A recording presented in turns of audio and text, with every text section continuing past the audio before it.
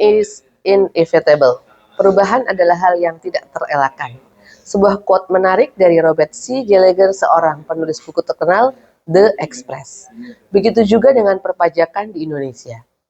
Pada tanggal 22 Mei 2025, DJP telah meluncurkan Pers 11 tahun 2025 tentang ketentuan pelaporan PPh, PPN, PPNBM, dan Bea Materai dalam rangka pelaksanaan Sistem Inti Administrasi Perpajakan atau Kortex sebagai aturan pelaksanaan dari PMK 81 tahun 2024. Dalam kesempatan kali ini, podcast Ceria PMA 5 akan membahas tentang tata cara permohonan pajak yang seharusnya tidak terutang di laman Kortex Wajib Pajak. Apa dan bagaimana mekanisme permohonan PSTT? Bersama saya Rizka Nurfarihati dan rekan saya Pak Didi Mulyadi. Halo Mbak Rizka, baik, alhamdulillah sehat. Halo kawan pajak, apa kabar hari ini? Baik, jadi gini Pak Didi, akhir-akhir ini permohonan PSTT banyak ya Pak ya. Namun dari permohonan-permohonan tersebut masih banyak yang belum sesuai dengan ketentuan. Nah, bagi kawan pajak yang ingin mengetahui informasi secara lengkap PYSTT, stay tune. Jadi sebenarnya apa sih yang dimaksud dengan PYSTT ini? Oke, baik. Sebelumnya saya sapa dulu ya kawan pajak. Kalau selamat siang kawan pajak, di kesempatan kali ini kita akan coba membahas sedikit terkait dengan PYSTT atau pengembalian pajak yang seharusnya tidak terutang. Nanti kawan pajak di episode kali ini akan sering mendengar istilah PYSTT, maka itu diartikan adalah pengembalian pajak yang seharusnya tidak terutang. Sebelumnya PYSTT ini di aturan sebelumnya ada di PMK 187, karena yang mendasari dari permohonan ini adalah PMK 187 tahun 2015. Namun pada PYSTT di Kortex ini agak sedikit berbeda dengan permohonan yang ada di PMK 187, di mana pengajuan permohonan PYSTT di Kortex adalah melalui menu pembayaran, dilanjutkan dengan permohonan restitusi pajak. Gitu mungkin Mbak. Baik, jadi beda ya Pak dengan permohonan PMK 187 dulu ya. Nah, sebenarnya dalam hal apa sih wajib pajak dapat mengajukan permohonan PSTT ini, Pak? Oke, baik. Di PMK 81 yang menjadi dasar permohonan PSTT sekarang ada di bagian kedua pasal 122 sampai dengan 137. Jadi bagi wajib pajak dapat mengajukan permohonan PYSTT dalam beberapa hal. Yang pertama, apabila terdapat pembayaran pajak yang bukan merupakan objek pajak yang terutang atau seharusnya tidak terutang. Yang kedua, terdapat kelebihan pembayaran pajak oleh wajib pajak terkait dengan pajak dalam rangka impor. Selanjutnya adalah terdapat kesalahan pemotongan atau pemungutan yang mengakibatkan pajak yang dipotong atau dipungut lebih besar daripada pajak yang seharusnya dipotong atau dipungut. Selanjutnya, di PMK 81 ini juga menjelaskan bahwa terdapat kesalahan pemotongan atau pemungutan yang bukan merupakan objek pajak atau objek pajak dan atau subjek pajak yang mendapatkan fasilitas perpajakan. Selanjutnya, terdapat kelebihan pemotongan atau pemungutan pajak penghasilan terkait penerapan persetujuan penghindaran pajak berganda sebagai subjek pajak luar negeri. Oke, jadi ada 5 hal tadi ya Pak ya? Betul. Wajib pajak bisa mengajukan permohonan PYSTT. Nah, kalau untuk jenis pajaknya sendiri yang bisa diajukan permohonan PSTT ini apa saja Pak? Pada dasarnya terkait dengan PSTT ini semua jenis pajak dapat diajukan permohonan PSTT. Seperti PPh, PPN, PPNBM, Bea Materai, PBB, pajak karbon, dan bahkan dalam pasal 122 ayat 3 di PMK 81 disebutkan bahwa deposit pajak yang tidak digunakan untuk pelunasan pajak yang terutang juga dapat diajukan permohonan pengembalian atas kelebihan pembayaran pajak yang seharusnya tidak terutang itu. Oke, jadi pada dasarnya semua jenis pajak bisa diajukan permohonan PSTT ini, asal belum digunakan ya Pak ya? Betul. Terus termasuk deposit tadi ya Pak ya? Deposit ini juga bisa diminta pengembaliannya. Ya, betul. Oke, Selanjutnya, hal tertentu itu bisa berupa kondisi apa, Pak? Kalau misalnya wajib pajak mau mengajukan permohonan. Nah, hal tertentu yang mendasarinya apa? Oh gitu ya. Jadi di PMK 18 di PMK 81 di pasal 123-nya Mbak Oke, Rizka, itu terdapat pembayaran yang menjadi objek PJSTT atau pengembalian pajak yang terutang. oke, Yang pertama adalah pembayaran pajak yang lebih besar dari pajak yang terutang. Yang kedua adalah pembayaran pajak atas transaksi yang dibatalkan, misalkan ada bukti potong yang dibatalkan, gitu oke, ya. Yang selanjutnya adalah pembayaran pajak yang seharusnya tidak dibayar, seperti misalkan salah kode, gitu oke, ya, salah kode pembayaran. Selanjutnya adalah pembayaran pajak dalam rangka pelunasan, sebagaimana diatur dalam pasal 44B Undang-Undang KUP. Itu diantaranya adalah masih terdapat kelebihan pembayaran pajak setelah terdapat keputusan penghentian penyidikan. Yang kedua, tidak diakui sebagai pertimbangan untuk dituntut tanpa disertai penjatuhan pidana penjara berdasarkan putusan pengadilan yang berkekuatan hukum tetap.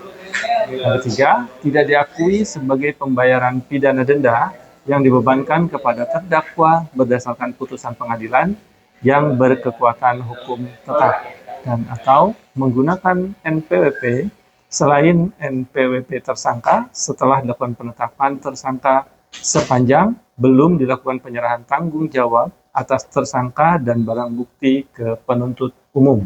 oke, Selanjutnya adalah pembayaran pajak penghasilan yang bersifat final atas penghasilan dari usaha yang diterima atau diperoleh wajib pajak yang memiliki peredaran bruto tertentu sebagaimana diatur dalam peraturan pemerintah yang mengatur mengenai PPh atas penghasilan dari usaha yang diterima atau diperoleh wajib pajak yang memiliki peredaran bruto tertentu yang seharusnya tidak dikenai pajak penghasilan atau penyetoran di muka bea materai yang belum digunakan dan atau masih tersisa sesuai dengan ketentuan peraturan perundang-undangan yang mengatur mengenai bea materai. oke. Jadi untuk hal-hal yang nanti dilakukan oleh wajib pajak itu sudah disebutkan tadi ya Pak ya, yang mendasari bagaimana wajib pajak bisa mengajukan permohonan PSTT. Nah, selanjutnya nih ke teknis ya Pak. Bagaimana cara pengajuan PSTT sendiri? Oke, jadi pengajuan PSTT itu kan sama ya seperti pengajuan permohonan pada PMK 187 ya. Jadi semua harus menggunakan permohonan. Cuman sarannya pada PISTT sesuai dengan PMK 81 ini pengajuannya harus disampaikan secara elektronik karena sesuai dengan pasal 4 di PMK 81 bahwa pelaksanaan dan pemenuhan kewajiban perpajakan oleh wajib pajak itu dilaksanakan secara elektronik. Oke, selanjutnya permohonan harus diajukan dalam bahasa Indonesia, diajukan oleh pihak pembayar. Nah, pihak pembayar ini ada beberapa, Mbak Rizka. Ada wajib pajak orang pribadi dan ada wajib pajak badan termasuk instansi pemerintah. Tentunya juga permohonan harus dilampiri dengan dokumen pendukung. Dokumen pendukung yang wajib dilampirkan adalah penghitungan pajak yang seharusnya tidak terutang dan atau alasan permohonan pengembalian atas kelebihan pembayaran pajak yang seharusnya tidak terutang. Ini dua dokumen utama, dua dokumen pokok yang harus dilampirkan pada saat wajib pajak mengajukan PJSTT. Selanjutnya ada surat keterangan dari penyidik kalau terkait dengan pasal 123 huruf D butir pertama atau surat keterangan dari penyidik dan putusan pengadilan yang sudah berkekuatan hukum tetap untuk pengembalian sesuai dengan pasal 123 huruf D butir kedua dan atau butir ketiga pada PMK 81 dan surat keterangan dari penyidik yang menyatakan bahwa telah terjadi kesalahan pembayaran dan belum dilakukan penyerahan tanggung jawab atas tersangka dan barang bukti ke penuntut umum untuk permohonan pengembalian pembayaran. Selanjutnya, pajak sebagaimana dimaksud dalam pasal 123 huruf D butir keempat. Jika permohonan disampaikan oleh kuasa wajib pajak, maka surat kuasa khusus dengan ketentuan sebagaimana tersebut dalam pasal 7 PMK 229 tentang persyaratan serta pelaksanaan hak dan kewajiban seorang kuasa itu harus disampaikan. Baik. Nah, tadi kan disebutkan alasan harus jelas nih ya Pak ya. Kalau mengajukan permohonan PSTT. Oke. Nah, alasan yang Boleh apa saja nih Pak untuk Nah, pengajuannya? ini yang menjadi poin penting pada saat pengajuan PJSTT. Mungkin akan sedikit panjang lebar terkait dengan penjelasan dari alasan apa aja sih yang boleh diajukan Oke. dalam permohonan PJSTT. Kalau di aplikasi Cortex itu ada 5 poin penting, 5 poin yang bisa yang bisa kawan pajak pilih terkait pengajuan PJSTT. Yang pertama adalah permohonan pengembalian kelebihan pembayaran pajak yang seharusnya tidak terutang terkait dengan kelebihan pembayaran dan atau pemotongan wajib pajak yang memiliki peredaran bruto tertentu. Nah, ini ada di poin 1 pada drop down permohonan PSTT atau permohonan restitusi di Cortex. Nah, yang pertama ini digunakan untuk mengajukan kelebihan pembayaran pajak atau pemotongan pajak untuk wajib pajak orang pribadi UMKM dengan omset kurang dari 500 juta. Oleh karena itu, syarat pengajuannya adalah WP UMKM sudah melaporkan SPT tahunan PPh orang pribadi dan terdapat data pembayaran PPh final UMKM atau data bukti potong terkait PPh final UMKM.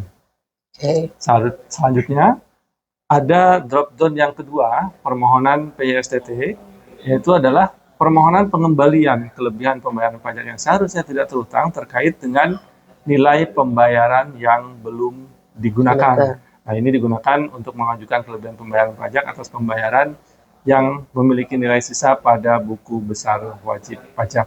Misalkan pembayaran saldo deposit dengan kode 41161800 gitu ya. Kelebihan pembayaran tunggakan pajak. Jika pembayaran dilakukan di sistem legacy, data harus sudah dimigrasikan terlebih dahulu dengan Cortex. Itu baru bisa dimintakan PJSTT. Selanjutnya adalah PPh final pengalihan hak atas tanah dan bangunan atas data pembayaran yang dibuat melalui Cortex per saat mulai operasi dan belum ada surat keterangan.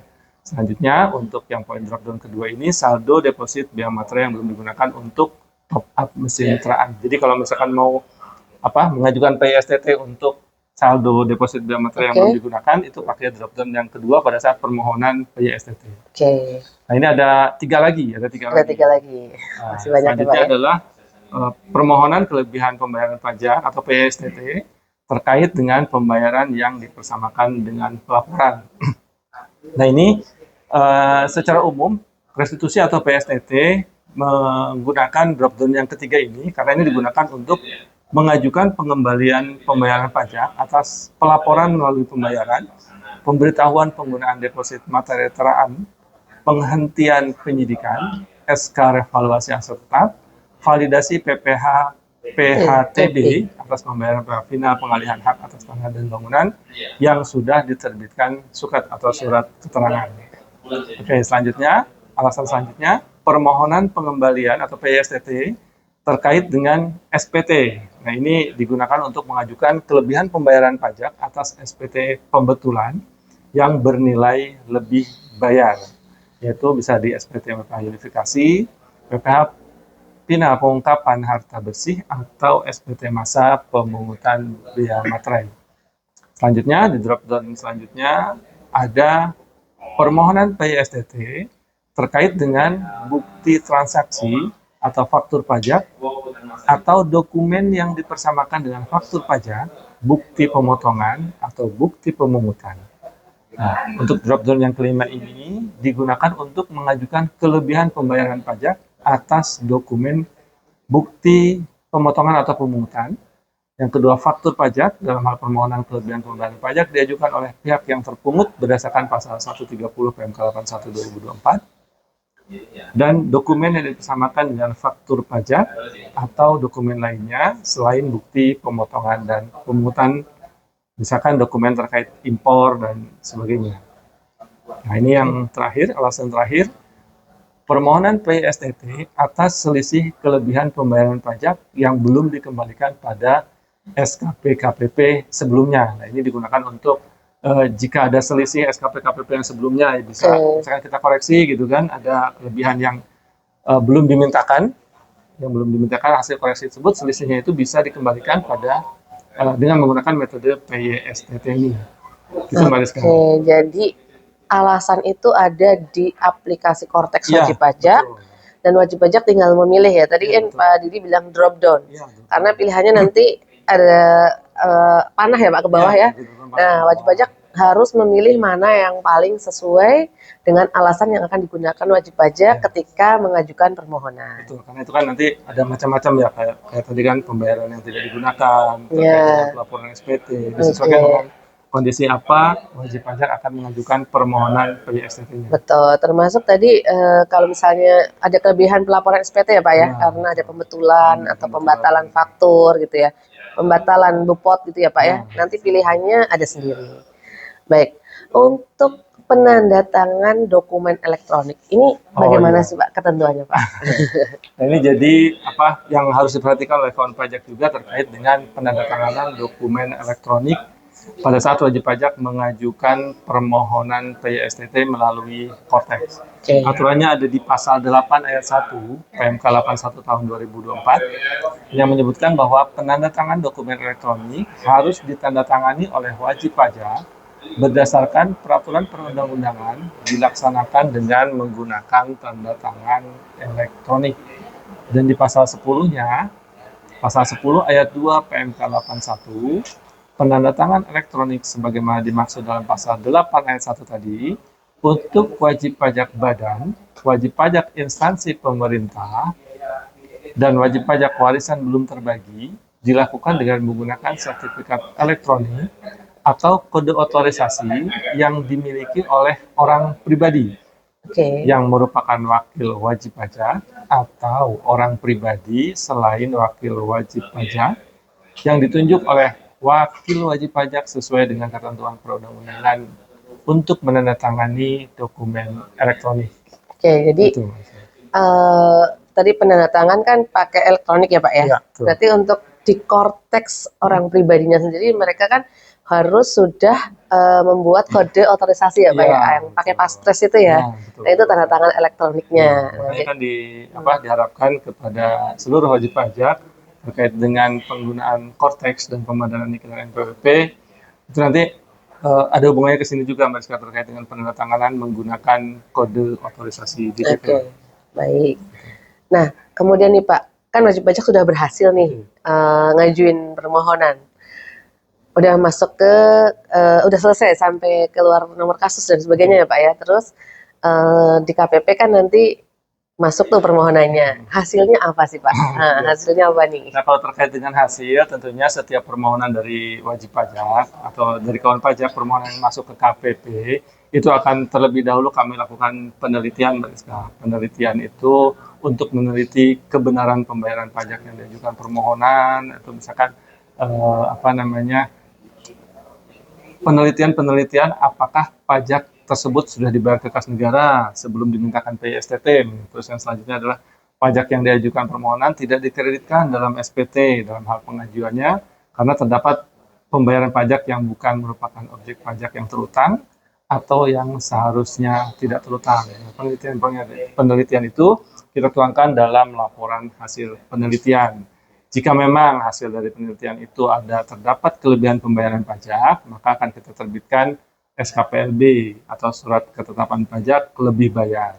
Namun sebaliknya Mbak Rizka, kalau misalkan berdasarkan penelitian tersebut ternyata tidak terdapat kelebihan pembayaran pajak, maka Direktorat Jenderal Pajak akan menerbitkan pemberitahuan penolakan permohonan pengembalian kelebihan pembayaran pajak yang seharusnya tidak terutang kepada pemohon sesuai dengan ketentuan. Oke, jadi permohonan ini bisa diterima, Ya, bisa juga ditolak. Kalau diterima terbit SKPLB ya Pak ya. Kalau ditolak ada surat pemberitahuan penolakan. Ya, Nah itu melalui Cortex ya Pak ya. Betul, ya melalui Cortex dan harus diperhatikan juga bahwa setiap permohonan dari kawan pajak yang masuk terkait dengan PJSTT, kita lakukan dua penelitian. Yang pertama, penelitian formal apakah terpenuhi atau tidak, dan yang kedua, penelitian materialnya apakah terpenuhi atau tidak. Dua-duanya harus terpenuhi. Pada saat satu tidak terpenuhi, maka sudah pasti itu akan disampaikan permohonan penolakan. Oke, pemberitahuan penolakan ya Pak ya. Betul. Baik. Nah, kemudian nih Pak, tadi kan Bapak menjelaskan, balik lagi ya Pak ya. Kalau permohonan PSTT itu perlu dilampiri dengan dokumen pendukung. Ya. Dokumen pendukungnya apa saja sih Pak? Oh, kalau dokumen pendukung itu seperti yang diminta tadi ya. Jadi pertama dokumen pendukung misalkan apakah terkait dengan misalkan invoice nih ada terkait dengan PPN. oh ini misalkan salah bayar atau misalkan ada bukti potong yang dibatalkan, berarti kan ada bukti potong pembatalannya serta pembatalan SPT-nya seperti itu Mbak Oke. Rizka. Jadi apapun yang bisa meyakinkan peneliti ya Betul, Pak ya, ya. agar permohonan bisa diterima. Ya, betul. Baik. Kalau untuk ketentuan tambahannya ada nggak sih Nah, Pak? itu ketentuan tambahan itu sebetulnya ada di PMK 81 juga ya Mbak Rizka ya. Oke. Jadi yang mungkin harus diperhatikan pada saat wajib pajak yang PIC di Korteknya bukan pengurus, ini kan ada beberapa wajib pajak yang PIC-nya tapi bukan pengurus. Itu maka kami perlu sampaikan bahwa beberapa hal yang harus diperhatikan. Yang pertama, permohonan PSDT harus diajukan oleh kuasa wajib pajak atau wakil wajib pajak. Dengan kata lain, permohonan harus diajukan oleh pengurus. Nah, pengurus ini siapa sih? Yang pertama, pengurus itu ada di lampiran 5 SPT tahunan atau di akte pendirian, baik itu akte normal atau akte perubahan yang menyebutkan bahwa yang bersangkutan adalah pengurus di perusahaan tersebut. Yang kedua, nama yang mengajukan permohonan adalah nama orang pribadi atau pengurus. Permohonan diajukan melalui PIC pengurus. Jika permohonan diajukan oleh wajib pajak melalui taxpayer portal, pastikan wajib pajak melakukan permohonan melalui impersonate WP yang diwakilinya. Jadi harus masuk ke misalkan impersonating badan ya, dari pengurusnya masuk impersonating badan dulu. Gitu. Dan jangan lupa juga terkait dengan permohonan PSDT ini hampir kelewat tadi ya, lupa. Jadi wajib pajak itu harus memiliki data rekening bank di profil wajib pajak yang sudah update menjadi rekening atau akun rekening wajib pajak utama. Apabila belum memiliki rekening, memiliki data rekening di Kortex, maka WP harus melakukan update data rekening bank di menu perubahan data dan data bank. Setelah itu nanti akan divalidasi oleh KPP. Oke.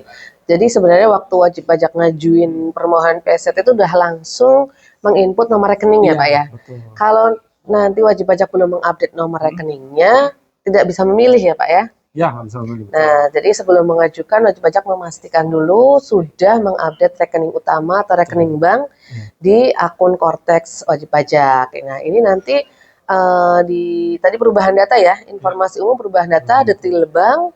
Nah, nanti akan di-approve dulu oleh KPP. Benar atau enggak, misalnya tadi kan ada lampirannya ya Pak ya, kalau nggak salah itu rekening koran ya. Betul. Jadi sesuai atau enggak sih nomornya, namanya gitu. Karena memang kalau pas pada saat penelitian rekening ini boleh disebut sebagai case sensitif ya. Artinya penulisannya itu harus sama dan sesuai dengan yang di data banknya wajib pajak gitu. Misalkan nama perusahaan ada PT-nya di belakang atau di depan, itu sangat mempengaruhi proses pencairan dari pengembalian PSDT ini. Oke, jadi harus sesuai ya Pak ya, Ya, dengan sesuai. rekening koran yang Betul, dimiliki. kalau istilah kita harus plug sama ya. Harus plug sama ya, spasi juga ya Pak ya? Ah, spasi juga. Titik Oke, juga. titik juga. Baik, kayaknya sudah panjang lebar nih yang disampaikan oleh Pak Didi tentang PSDT. Mungkin bisa disimpulkan 3 hal ya Pak ya. Dari yang panjang itu tadi, permohonan PSDT diajukan oleh pihak pembayar dalam bahasa Indonesia. Tadi udah disebutin pertama ya Pak ya. Kemudian permohonan PSDT diajukan melalui Kortex Taxpayer Portal via impersonate wajib pajak yang diwakili. Harus impersonating badan ya. Harus diimpersonate ya Pak, berarti PIC impersonate badan. Oke. Kemudian lampirkan dokumen alasan permohonan dan dokumen penghitungan PSDT serta pastikan di Kortex memilih alasan yang tepat. Ya. Jadi dokumen pendukung pun harus lengkap ya Pak ya. Salah satunya tadi perhitungan pajak yang seharusnya tidak terutang itu harus ada. Kemudian alasan yang tepat tadi yang ada 5 itu ya Pak, Ya, itu betul. juga harus sesuai. Tadi detailnya sudah ada. Makanya kalau terkait dengan lampiran ini Mbak Rizka, yang paling utama itu adalah 2 lampiran teratas di Kortex. Itu kan ya tadi ya, yang sudah dijelaskan di atas tadi. Oke. Yang penghitungan Ya, sama surat kuasa ya kalau nggak salah ya Pak ya? Iya. Alasan. Alasan. Perhitungan sama alasan. Ah ya, alasan yang 5 tadi Betul. ya. Nah, kalau terkait dengan surat kuasa itu, yang harus diperhatikan adalah terkait dengan PMK 229 tadi ya. Jadi penandatangannya harus ditandatangani di atas materai, karena ini surat kuasa khusus gitu ya terkait dengan permohonan PSDT sekaligus mewakili wajib pajak, makanya harus ditandatangani di atas materai. Dan ini juga harus dilampirkan Ya, harus waktu lampirkan. mengajukan permohonan. Ya. Oke. Selanjutnya mungkin dari kami memohon kepada Bapak Ibu atau kawan pajak semua agar mengingatkan para pegawai atau karyawan kawan pajak semua untuk mengaktifasi kode otorisasi di akun Cortex. Karena kode otorisasi ini nanti akan digunakan di SPT tahunan orang pribadi. Mungkin walaupun bulan Januari masih beberapa bulan lagi ya Pak, dari sekarang sudah bersiap untuk melaporkan pertama kali SPT tahunan orang pribadi di Cortex. Jangan sampai terlambat, apalagi mepet waktunya nih Pak. Betul. Kan untuk orang pribadi paling lambat tanggal 31 Maret. Berarti untuk tahun pajak 2025 paling lambat nanti 31 Maret 2026. Dan itu pertama kalinya di Cortex. Dan mungkin nanti perlu waktu untuk memulai ya Pak ya, atau mengisinya ya, karena kan hal baru juga. Sebetulnya kan kalau untuk terkait dengan penggunaan Cortex bagi wajib pajak, ini akan dimulai di tahun pajak 2025.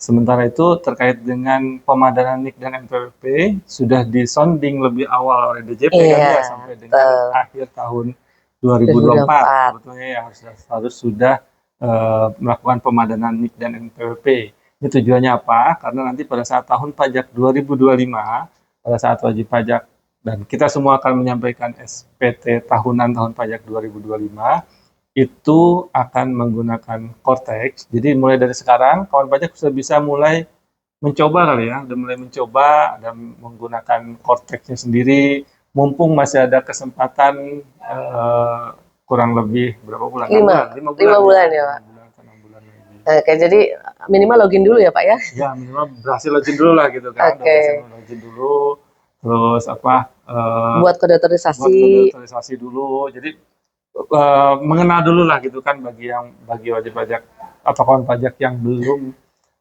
mencoba untuk loading Cortex, ya dicoba dari sekarang. Oke, jadi nanti ketika mau mulai melaporkan sudah terbiasa ya Pak ya.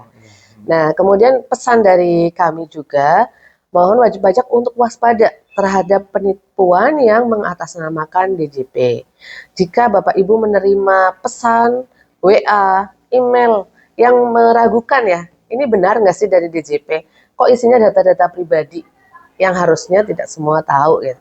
Boleh Bapak Ibu melaporkan kepada DJP melalui saluran komunikasi resmi yang ada, atau mungkin bisa menanyakan ke KPP tempat kawan pajak terdaftar. Ya, jadi jangan langsung percaya Mbak Rizka ya. Kalau misalkan ada telepon tiba-tiba mengatasnamakan DJP, atau misalkan ada email, ada WhatsApp mengatasnamakan DJP, kawan pajak boleh mengkonfirmasi langsung ke kantor pajak tempat wajib pajak terdaftar atau tempat kawan pajak terdaftar di mana nih. Silakan telepon dulu, silakan hubungi dulu. Bener nggak sih ini ada WA, ini ada email, ini ada telepon yang mengatasnamakan DJP, meminta data, mengkonfirmasi data. Itu silakan kawan pajak untuk konfirmasi terlebih dahulu ke KPP tempat terdaftar kawan pajak semua. Jadi jangan langsung dipercaya, oh ya setuju gitu. Ya. Kalau untuk nomor WA KPP PMA 5 sendiri ada di 0812 2848 3072. Nah, bisa tuh WA atau menghubungi kami. Ya, konfirmasi dulu ya. Iya, benar nggak sih ini ada permintaan perubahan data dari KPP PMA 5 gitu ya Pak ya. Baik. Untuk ikut terus mengikuti perkembangan tentang informasi perpajakan, kawan pajak bisa mengikuti atau memfollow akun media sosial PMA 5 di Facebook KPP PMA 5 angka, di X di @kppPMA5, atau YouTube di KPP spasi PMA spasi 5, atau di Instagram @pajakPMA5 angka. Burung cendrawasih, burung rian. Terima kasih, cukup sekian. Pajak kuat, APBN sehat, Indonesia sejahtera. Wassalamualaikum warahmatullahi wabarakatuh.